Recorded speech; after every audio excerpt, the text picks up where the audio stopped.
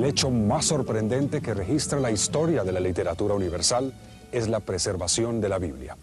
Desde tiempos remotos, las Sagradas Escrituras han sido objeto de innumerables embates que han puesto en peligro su conservación. Pese a todo, en el tercer milenio de la era cristiana, el mensaje dado de Moisés hasta Juan aún prevalece. Esto ha motivado a que la obra que guarda la palabra de Dios también se conozca como el libro indestructible. Las Sociedades Bíblicas Unidas presentan el libro indestructible.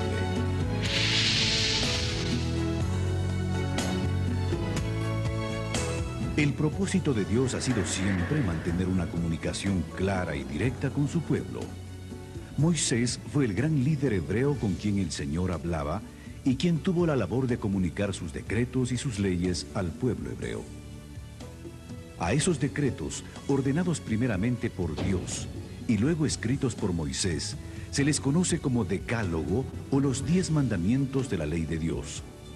Otras leyes fueron dictadas por Dios para moldear el patrón de conducta de toda una nación, con repercusiones que llegan hasta el día de hoy.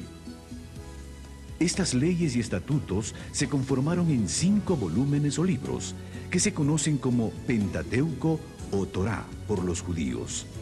La palabra Torá, habitualmente traducida por ley, de acuerdo con su raíz hebrea, significa más bien guía o instrucción. Estos fueron los inicios de lo que hoy conocemos como la Biblia. Tomó 1500 años recopilar el texto que hoy tenemos. Sus escritores fueron reyes, guerreros, campesinos, profetas y hasta sacerdotes judíos. La Biblia, como se conoce actualmente, está dividida en Antiguo Testamento y Nuevo Testamento y abarca una colección de libros. El Antiguo Testamento es propiamente las escrituras hebreas.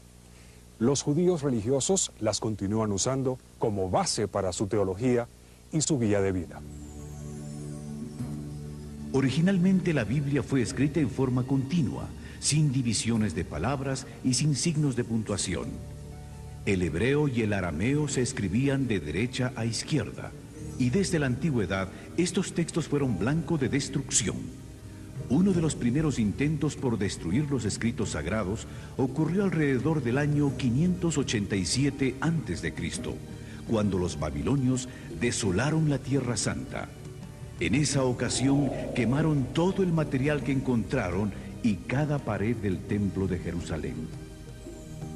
El pueblo judío fue llevado en cautiverio a Babilonia y permaneció allí por espacio de 70 años. Probablemente durante el cautiverio construyeron sinagogas. Estas eran pequeños lugares donde podían reunirse y educarse. En ellas experimentaron un gran avivamiento en la adoración y la renovación espiritual, al volver a leer los escritos sagrados. Pero se requería que hubiese copias de esos textos disponibles para cada una de las sinagogas. Esa necesidad trajo como consecuencia la creación de una institución, la de los escribas.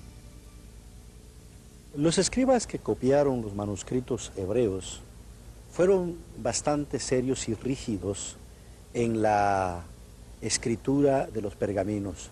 No solamente eligieron las plumas, eligieron con cuidado la tinta, sino también las pieles sobre las que se iban a copiar los diferentes manuscritos. Su cuidado fue tan extremo que cada vez que se cometía un error, los contaban porque al tercero, toda la piel y todo el trabajo tenía que volver a iniciarse de nuevo. Cada vez que se escribía el nombre sagrado de Dios, se cambiaban plumas y tinta para volver a empezar de nuevo, porque era tanto su cuidado de mantener limpio y santo el trabajo, que hasta en esos detalles ellos cuidaron bastante. Eso realmente fue providencial, porque los manuscritos hebreos que hoy tenemos en la actualidad realmente son de los más perfectos.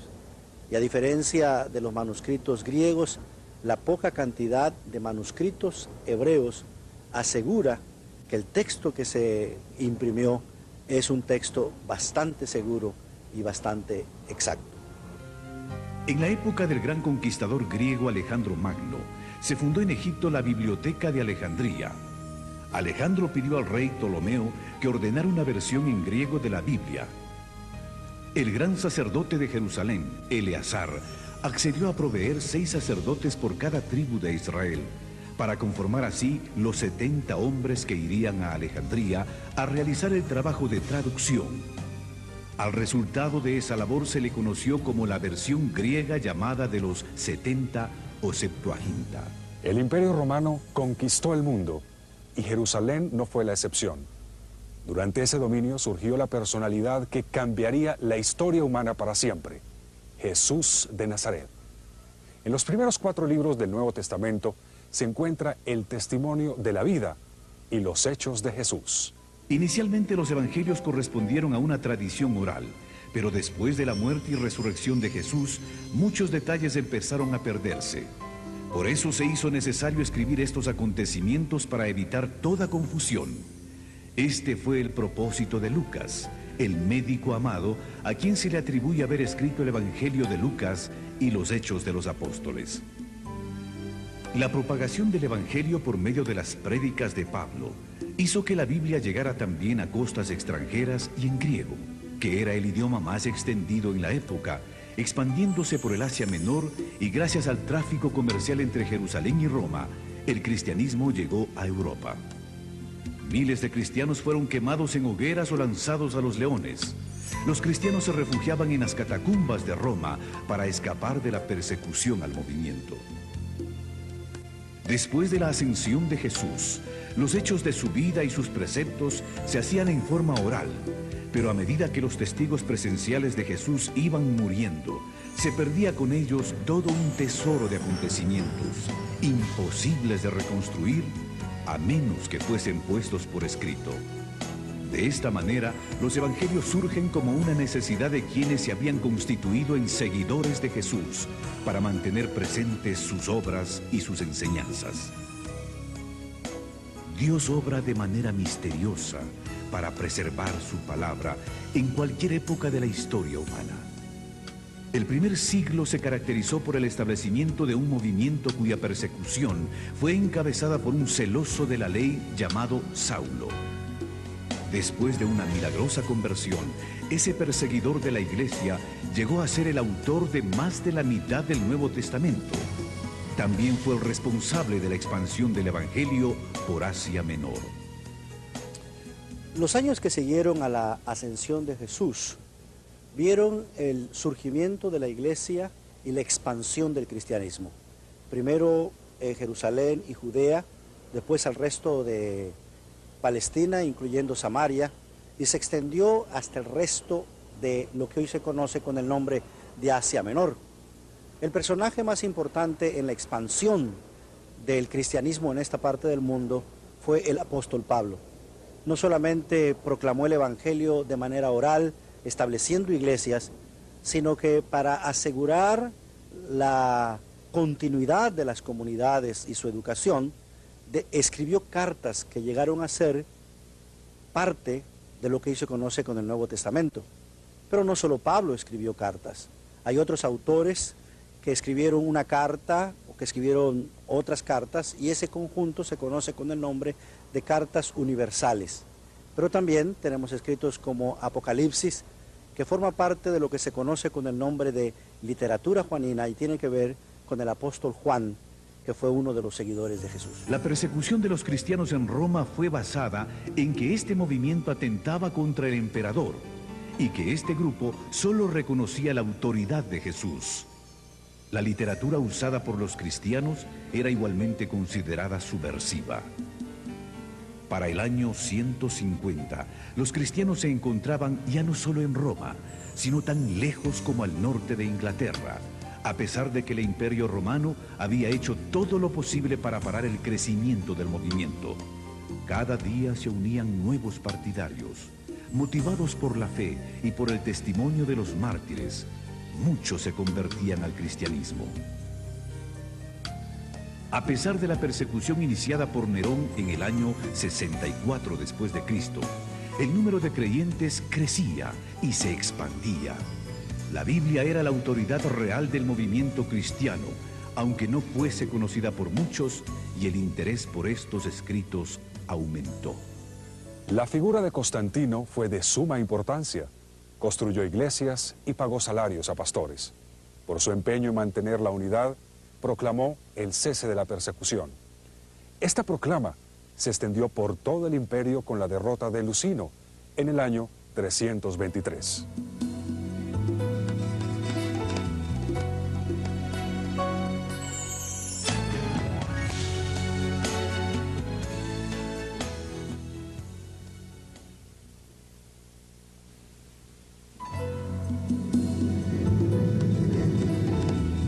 La canonización de los textos bíblicos implicó un proceso lento y de varias etapas. La palabra canon, con referencia a la Biblia, fue empleada por primera vez hacia el 360 después de Cristo. 7 años después, este patriarca de Alejandría hizo la primera lista de los 27 libros del Nuevo Testamento. Las Sociedades Bíblicas Unidas presentan el libro indestructible.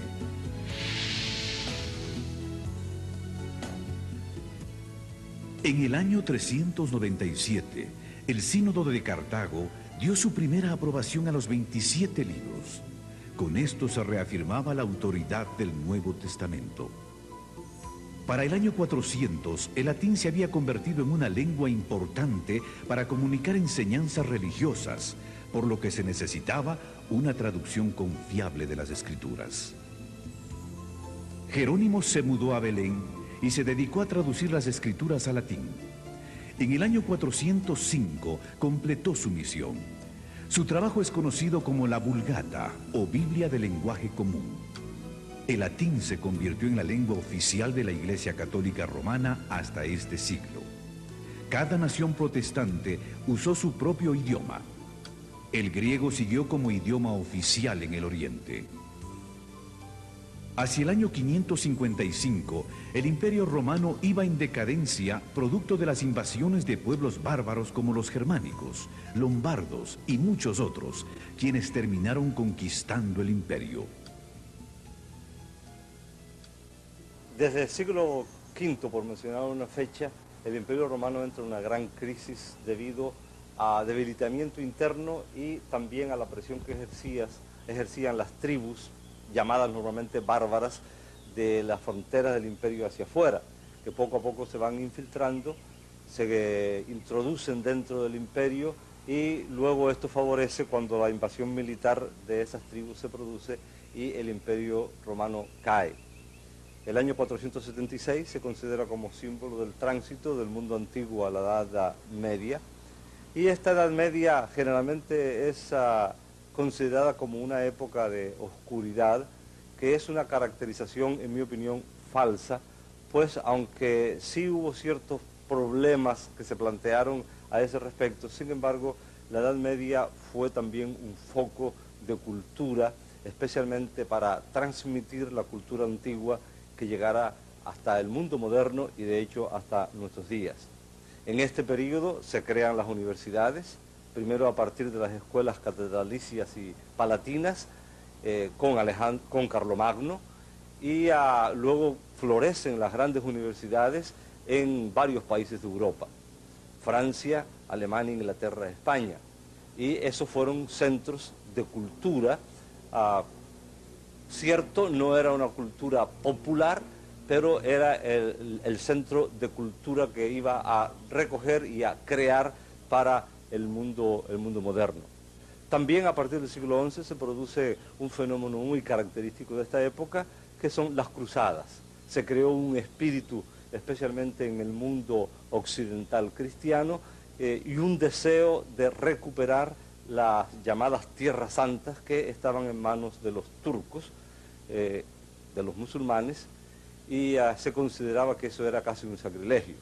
Las cruzadas tuvieron épocas de gloria y épocas de catástrofe espantosa, pero al mismo tiempo facilitaron el tránsito de la cultura, del comercio, a lo largo de todo el territorio que va desde el occidente de Europa hasta la Tierra Santa, hasta el Medio Oriente. Esto también va creando el ambiente propicio para que ya, especialmente en la última parte de la Edad Media, comenzaran a preocuparse algunos cristianos por traducir textos bíblicos a idiomas, los idiomas modernos de aquella época, puesto que a partir de la traducción de San Jerónimo, conocida como la Vulgata, de la cual ya se ha hablado, el latín se convierte en la lengua oficial de la Iglesia y la traducción de esa Biblia al latín, la Vulgata, era la traducción oficial que la Iglesia utilizaba para todos sus usos del texto bíblico. De tal manera que ya al final de la Edad Media se abre un mundo nuevo, se está preparando el Renacimiento y el comienzo de la era moderna, un mundo nuevo también para la traducción de la Biblia y para los estudios bíblicos. En el siglo XIV, John Wycliffe de Inglaterra, quien se considera el padre de la Biblia en inglés, sostenía que la Biblia contiene la revelación de Dios. Aseguraba que no se necesitaba ninguna enseñanza adicional por parte de la Iglesia ni de las autoridades. Wycliffe reiteró que la Biblia debía ser traducida al lenguaje del pueblo. La Biblia en inglés no era conocida en Inglaterra, puesto que se contaba con la versión latina de Jerónimo del año 405. Wycliffe terminó la traducción del Nuevo Testamento a partir de la Vulgata latina en el año 1380. En 1382 se terminó el Antiguo Testamento. Por primera vez, el pueblo de Inglaterra tenía en sus manos una Biblia en su propio idioma. En esos días, una Biblia era costosa y no todo el mundo podía obtenerla. Algunos daban las ganancias de un mes de trabajo para obtener una página de la Biblia.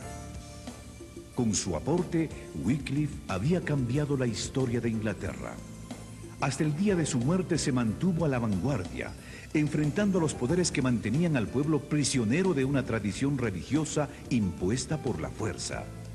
Las ideas de Wycliffe fueron tan temidas que después de su muerte, toda la literatura que había producido fue prohibida. Y aún más, John Huss, de Bohemia, un admirador de Wycliffe, murió quemado en la hoguera en el año 1415, condenado por el Concilio de Constanza. La indignación de la Iglesia fue tal que desenterró los restos de Wycliffe, los quemó y luego los arrojó en el río Swift. Una vez más, la Biblia era el eje central por el que los cristianos comprometidos estaban dispuestos a arriesgarlo todo, aún sus vidas, para que la palabra de Dios llegase a todo ser humano. Martín Lutero inicia un hecho que cuando lo realiza no debió haber tenido mayor significado. De hecho, ya había hecho algo semejante años antes y lo que él había hecho había pasado casi inadvertido. El 31 de octubre de 1517, Martín Lutero coloca en la puerta de la abadía de Wittenberg, en cuya universidad Martín Lutero era profesor de Sagrada Escritura, 95 tesis en las que él cuestionaba algunas cosas que le parecían que debían cuestionarse respecto de la actitud de la Iglesia oficial, la Iglesia dominante, la Iglesia católica. Martín Lutero colocó estas tesis no en alemán, sino en latín, porque estaban dirigidas simplemente a los eruditos de la universidad en la que él enseñaba.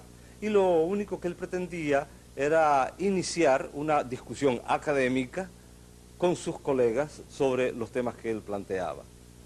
Sin embargo, inesperadamente, aquel acto de colocar las 95 tesis, que era un acto sencillo, pero la reacción fue totalmente inesperada para el propio Martín Lutero, porque creó un polvorín hasta tal punto que hoy se considera que el 31 de octubre de 1517 es la fecha simbólica con que se inicia la reforma protestante del siglo XVI. Entran en ejercicio los órganos supremos de legislación y de autoridad en el imperio, y en 1521 Martín Lutero es llamado a la Dieta de Worms para que se retractara de las doctrinas que estaban enseñando. Es famosa la frase, probablemente un poco apócrifa, legendaria, pero simbólica, en que Martín Lutero se planta frente a la Dieta y sostiene que a menos que le convenzan con el texto de la Sagrada Escritura en la mano de que él está equivocado, él no va a retractarse. Amigos de Martín Lutero lo secuestran literalmente cuando sale de la dieta, lo llevan al castillo de Wartburgo y a eso que al principio podría parecerle a uno que fue también una especie de pequeña catástrofe, se convirtió en algo muy significativo. Porque mientras estuvo en el castillo de Wartburgo, Martín Lutero tradujo el Nuevo Testamento del griego al alemán, iniciando también de esta manera a algo muy significativo, porque años más tarde termina la traducción completa de la Biblia y los especialistas en germanística señalan que esa traducción fue un hito muy, pero muy significativo en la formación de la lengua literaria de lo que hoy es el alemán. La traducción de Martín Lutero se convierte también en símbolo porque entonces comienzan también a producirse traducciones en las otras lenguas de la Europa de la época. Pero en 1529 fue derogado dicho principio y se prohibió la difusión de la religión evangélica. Entonces fue presentada una protesta formal. En la misma se afirmaba que en asuntos de religión cada quien debía seguir a su conciencia. De ahí el nombre de protestantes, con el que se conoció a los seguidores de Lutero, Zwinglio y Calvino. La primera Biblia en francés es la aparecida en 1535, en versión de Pierre Robert Olivetan, primo de Calvino. Lutero proclamaba que la única fuente de verdad era la Escritura. Los movimientos de reforma religiosa estaban por esta época bastante difundidos en Europa. Se contaba con Erasmo de Rotterdam, John Colet en Inglaterra, Jacques Lefebvre en Francia, Francisco Jiménez de Cisneros en España, Juan Valdés en Nápoles. También apoyaban a Lutero los nacionalistas alemanes liderados por Ulrico von Hutten. En la Inglaterra de 1519 se destacó un joven estudioso en la Universidad de Cambridge, William Tyndale. El joven entendió que si el Nuevo Testamento tenía tanto efecto en los intelectuales de Cambridge, la palabra de Dios haría mucho más en los campesinos. A partir de esta conclusión, Tyndale empezó su misión de traducir la Biblia en inglés, teniendo en mente a la gente común. Tyndale tuvo que salir de Inglaterra para poder hacer su trabajo de traducción, porque en este país había prohibiciones de usar una Biblia que no fuera en latín. En 1524 viajó a Hamburgo para finalizar su traducción del Nuevo Testamento. Al igual que Lutero, Tyndale utilizó para su labor los textos griegos de Erasmo y la Vulgata latina, así como las traducciones hechas por Lutero al alemán. En diciembre de 1525, Tyndale imprimió el Nuevo Testamento e hizo los arreglos para introducirlo en Inglaterra de manera clandestina en sacos de harina. La llegada de la literatura en inglés fomentó el descontento oficial. Los problemas en la distribución empezaron cuando los Nuevos Testamentos tuvieron que ser introducidos en Inglaterra, usando diferentes vías como marinos mercantes y hombres de negocios. Las autoridades inglesas estaban activas. Arrestaban a todo aquel que encontraban con un ejemplar. La expectativa de poder leer la Biblia en inglés fue tan grande que la gente se arriesgaba a pesar de las amenazas. Cada libro de Tyndale que las autoridades encontraban era quemado. El obispo y el cardenal de Londres quemaron 158 cajas del Nuevo Testamento de Tyndale. Pero mientras en Inglaterra lo quemaban, cientos de ejemplares eran impresos en Alemania. Por espacio de 10 años, la destrucción sistemática del libro continuó en Inglaterra, y los difusores eran puestos en prisión o quemados en la hoguera. A pesar de que las autoridades hacían esfuerzos por parar el trabajo de Tyndale, este lo continuó desplegando fervientemente. Tyndale fue traicionado, arrestado y puesto en prisión en Bélgica por año y medio. Luego fue enviado a la hoguera. Otro hombre, Miles Coverdale, terminó el trabajo de traducción de la Biblia basado en el trabajo de Tyndale. Esta Biblia salió de la imprenta en 1535. 2 años más tarde, el rey de Inglaterra consintió en hacer uso de la Biblia en idioma inglés. La próxima medida fue que se colocara una Biblia grande en cada iglesia. En 1604 el rey James autorizó la traducción de la Biblia. Para lograrlo, juntaron a los 40 eruditos más destacados de Inglaterra, entre los que se encontraban los decanos de Cambridge y Oxford. Finalmente, este gran esfuerzo terminó siendo la Biblia de más distribución en el mundo de habla inglesa. La Biblia versión King James, que lleva el nombre en honor al rey. Definitivamente, este gran libro superó todo, los tiempos, las oposiciones, convirtiéndose en el libro indestructible.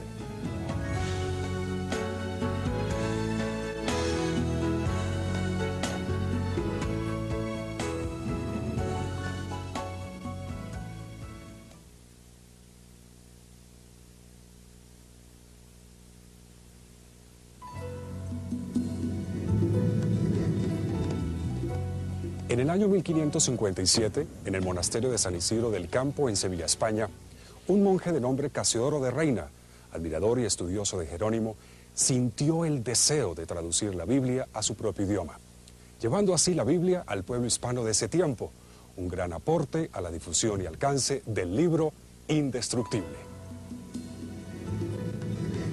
Las Sociedades Bíblicas Unidas presentan el libro indestructible.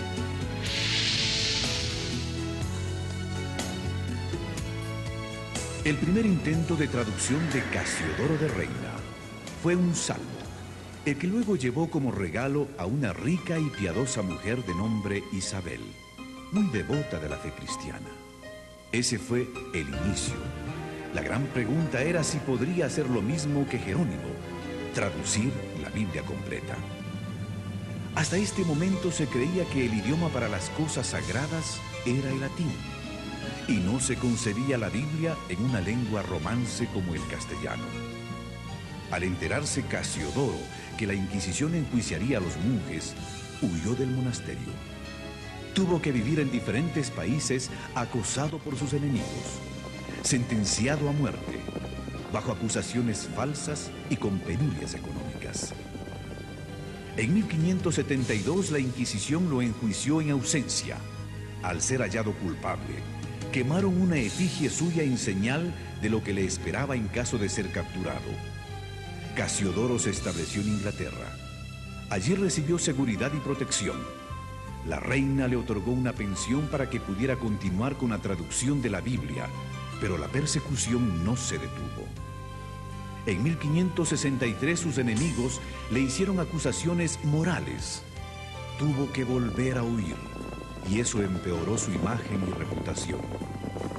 Después de 12 años de intensa labor en medio de viajes, intrigas, enfermedades y toda clase de contratiempos, en 1569 en Basilea, Suiza, se publicó su traducción de la Biblia al castellano. Un compañero de Casiodoro de Reina en el monasterio de San Isidro del Campo, en Sevilla, en el sur de España, que también había huido de la península ibérica por temor de la persecución, inicia una labor de revisión del texto de don Casiodoro.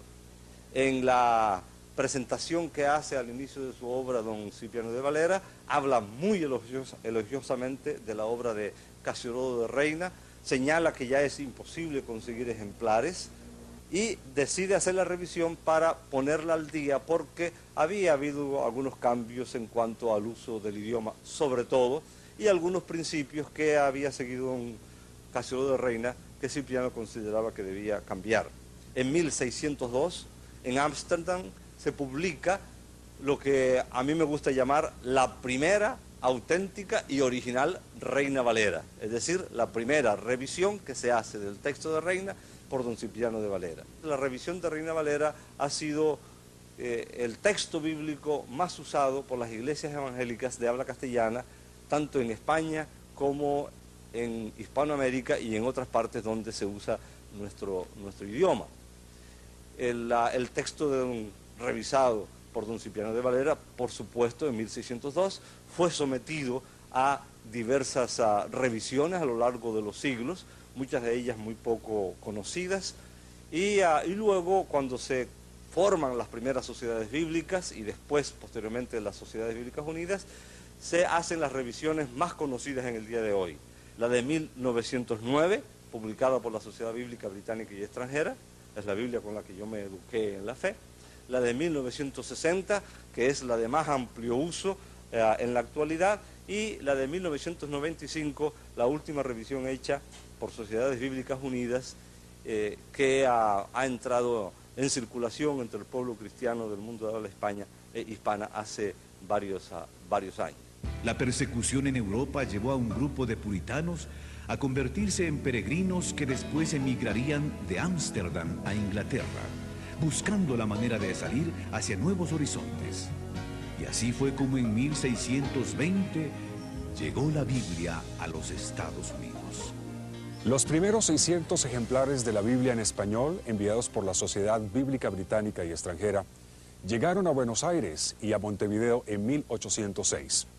Entre 1804 y 1807 se imprimieron 20.000 ejemplares del Nuevo Testamento en portugués, que marinos y comerciantes distribuyeron en las costas de Brasil. Entre los años 1808 y 16 se repartieron en las Indias Occidentales, Honduras y las Guyanas 4.000 ejemplares de la Biblia y 11.500 Nuevos Testamentos en español, francés, inglés y holandés. Comerciantes, viajeros y piadosos capitanes de barcos también diseminaron ejemplares del texto sagrado por las costas de América Latina. Parece que las primeras sociedades auxiliares para la distribución de la Biblia en América Latina fueron las organizadas en 1818 entre los negros de Barbados y Bermuda. 4 años antes de la liberación de los esclavos en el Caribe, se publicó una edición bilingüe del Nuevo Testamento en dialecto africano e inglés, que fue destinada a los misioneros moravos en Surinam. De ella se realizaron subsecuentes ediciones hasta 1889. Sin lugar a dudas, el misionero más dedicado a la obra de la distribución de la escritura en este periodo fue James Diego Thompson. Viajó por iniciativa propia a América Latina para promover el método lancasteriano de educación, usando la Biblia como texto principal. Desde 1818 estableció escuelas y distribuyó la palabra de Dios en Argentina, Uruguay, Chile y Perú, antes de servir como agente de la Sociedad Bíblica Británica y Extranjera en Ecuador, México, el Caribe y Canadá. Por fin la Biblia había llegado a las Américas. La versión conocida como Reina Valera comenzó a afianzarse en el territorio de habla hispana. Pero la labor no concluía ahí. Había que traducirla a los diferentes idiomas que se hablan en el continente y mantenerla actualizada de acuerdo a los cambios propios de cada idioma. Este texto pretende poner el texto de Reina Valera acorde con el uso de la lengua a fines del siglo XX y principios del siglo XXI, puesto que el texto anterior de 1960 tenía muchas características que eran propias de la época cuando se hizo esa revisión, pero que no calzan en la actualidad muy bien con la manera como nosotros usamos hoy el idioma. Fue hecha por un equipo multidisciplinario de varias partes del mundo de habla castellana, incluyendo la península ibérica y varias regiones de América Latina. Dios nos ha bendecido permitiendo que investigadores, arqueólogos, biblistas, eruditos, etcétera, logren sacar a la luz, a veces encontrándolos en bibliotecas que nadie registraba, especialmente en los archivos antiguos, documentos que son de un valor incalculable para los estudios de la Biblia, para los estudios de la época cuando se escriben ciertas partes de la Biblia, en particular el Nuevo Testamento, y también para la traducción bíblica. Me refiero a los documentos de Qumran, que salen a la luz los primeros en 1947 y que poco a poco va revelando que no se trataba solamente de unos pocos documentos en una cueva allí en Qumran, cerca del Mar Muerto, sino que esparcidos en 11 cuevas distintas se encontraron muchas tinajas que contenían manuscritos bíblicos que permitieron a los especialistas, permitieron y permiten a los especialistas conocer más de la época del Nuevo Testamento, de la época en que vivió a Jesucristo, porque se calcula que esos documentos corresponden a esa época, cuando fueron escritos, y que probablemente fueron escondidos allí para librarlos de los ataques romanos, que van a concluir con la destrucción del Templo de Jerusalén. Y tales documentos permiten, conocer más sobre la época y permiten algo de un valor incalculable para los especialistas de la Biblia y los traductores de la Biblia, porque permiten tener por fin a mano, especialmente documentos del Antiguo Testamento, textos del Antiguo Testamento. Probablemente el más conocido de todos ellos es el rollo de Isaías, que antecede en muchos siglos a los documentos más antiguos que se tenía hasta entonces del Antiguo Testamento. Los que han estudiado un poquito acerca de este tema, no me refiero específicamente a los documentos de Qumran, sino al tema general de la Biblia, pueden imaginarse el significado que puede tener a la mano un documento del Antiguo Testamento cuya copia más antigua es del siglo X de nuestra era, y de repente tener en la mano un documento de ese mismo texto bíblico que antecede en unos siglos a la era cristiana. Es tan obvio el significado de eso que casi tratar de explicarlo podría ser un insulto, porque cuanto más cerca estén los documentos de los escritos originales, que no han llegado hasta nosotros, por supuesto es de muchísimo más valor. Los manuscritos descubiertos preceden en siglos a los que se tenían para estudiar, comprender y traducir el texto hebreo. Esto ha permitido a los estudiosos comparar el texto tradicional, conocido como texto masorético, con la Septuaginta de la traducción griega. Los rollos estuvieron escondidos por más de 1900 años en cuevas de dicha región, donde un niño pastor de ovejas accidentalmente los descubrió. Gracias a la investigación continua, a la tecnología contemporánea y al desarrollo de nuevas metodologías de estudios bíblicos, los creyentes del nuevo siglo están en una posición ventajosa para la comprensión del mensaje de las Escrituras. La expansión de las comunicaciones vía satélite, por computadoras, telefonía celular, el fax y la internet abre nuevas puertas para que la palabra de Dios llegue a cada rincón del planeta. La intención de Dios es que su palabra llegue a cada ser humano. Las Sociedades Bíblicas Unidas trabajan arduamente para que las Sagradas Escrituras estén disponibles en todo el mundo, en un lenguaje que la gente pueda entender, a un precio que puedan pagar y en el formato adecuado. A pesar de todo este esfuerzo, las estadísticas nos siguen retando. La población mundial se estima en 6.000 millones de habitantes. De ellos, menos de 2.000 millones son cristianos. En la actualidad, hay más de 6.000 idiomas en el mundo.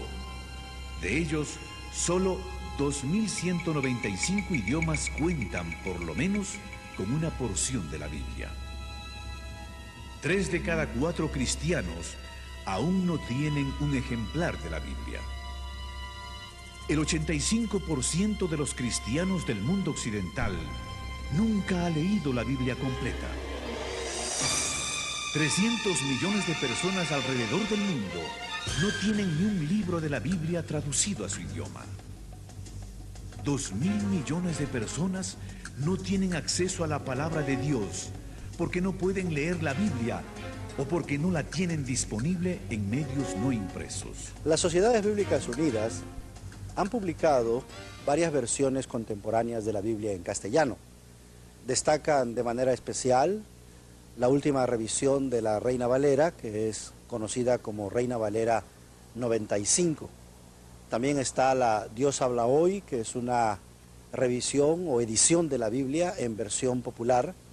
Y últimamente la Biblia en lenguaje sencillo, que es una traducción que busca alcanzar al público infantil, pero también a ese público especial que nosotros conocemos con el nombre de nuevos lectores.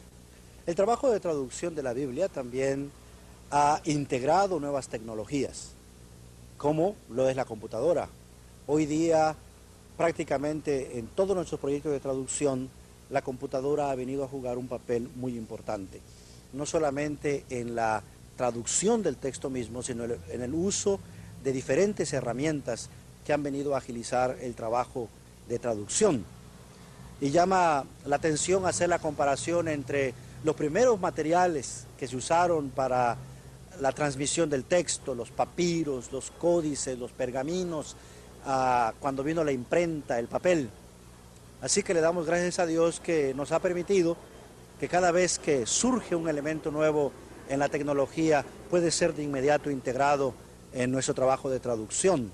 Y esto pues no solo se nota en la traducción, sino también en la producción y en la distribución de las Sagradas Escrituras. Además hay que agregar el hecho de que hemos involucrado en nuestro trabajo de traducción otros medios de comunicación como lo son el video, el audio, y para ello los consultores de traducción, los equipos de traducción están siendo ayudados, entrenados al uso de esta nueva tecnología, de cómo traducir la palabra de Dios, enfatizando la oralidad del texto, o en el caso de los videos, todo el tipo de trasfondo, de materiales visuales que tienen que ser integrados, pero que reflejen de manera fiel el mensaje de la palabra de Dios. En la era de la informática, ya contamos con una compubiblia, es decir, la Biblia en CD-ROM. Y para las generaciones más jóvenes, la Biblia está disponible en audio y en video. Para los invidentes o aquellas personas con problemas visuales, la Biblia está disponible en el sistema Braille de lectura. La historia de la Biblia nos presenta un libro que fue perseguido por sus enemigos y protegido por Dios. Porque su propósito es comunicar salvación a todas las generaciones. Gracias a todo el esfuerzo, la fe que una vez fue dada a los santos nos fue entregada en herencia. La palabra divina que la genera llegó hasta nosotros. Tertuliano, uno de los padres de la Iglesia en Occidente, declaró: la sangre de los mártires es la semilla de la Iglesia. Y eso se hizo evidente cada vez que un cristiano fue martirizado, porque Dios levantaba 10 creyentes para que tomaran su lugar. 4000 años son difíciles de resumir, pero la Biblia no es lo único que ha resultado del largo proceso de formación del canon. La colección de los libros considerados como inspirados por Dios también nos hablan de nuestro constante peregrinaje de fe. En este nuevo siglo, hagamos como el pueblo hebreo, que un día al regresar del exilio volvió a la Biblia y sus corazones se llenaron de gozo y esperanza para el presente y el futuro. El plan de Dios para la humanidad ha sido preservado milagrosamente en forma de una biblioteca que es y será siempre un libro indestructible. Hagamos de este libro indestructible el centro de nuestros valores, la norma para nuestra vida. Digamos al mundo: estas palabras se escribieron para que crean y para que en ellas también tengan la vida eterna.